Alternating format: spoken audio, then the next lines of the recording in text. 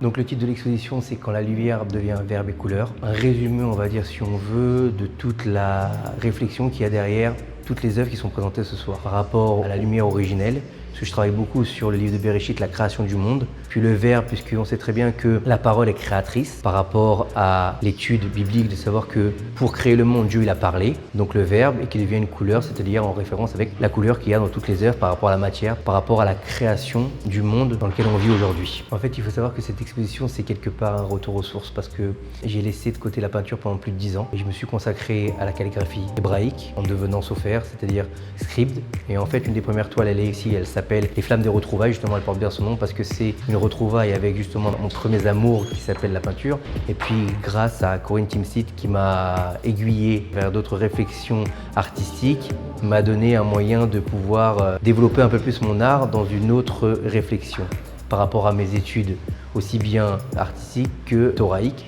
puisque je suis devenu entre-temps rabbin. Il faut avoir un équilibre entre justement l'art, la couleur, la lumière, la trace, le temps et le judaïsme, qui est la source de toute inspiration, puisque dans chaque chose qui se passe dans le monde, on va avoir trois choses. On va avoir un temps, on va avoir un espace, mais on va aussi avoir un individu. Cette triangulaire-là, elle se répète dans toutes mes œuvres, parce qu'elle a besoin d'un temps au niveau d'une trace, puisqu'on n'est qu'une trace sur Terre, on va faire venir les choses, on va laisser quelque chose au monde. Puis il faut un espace, donc c'est-à-dire l'espace de la toile, la profondeur du champ, le paysage abstrait. Et l'individu, c'est moi qui va mettre à plat mon moment donné, c'est-à-dire que ce soit des sentiments, que ce soit une impulsion, que ce soit un état d'âme. Et donc ça va être à ce moment-là que je vais le mettre en place sur la toile. J'ai eu l'occasion de découvrir un univers qui a été absolument particulier et extraordinaire, car il a emmagasiné pendant des années des idées d'expression, de travail, des idées d'un univers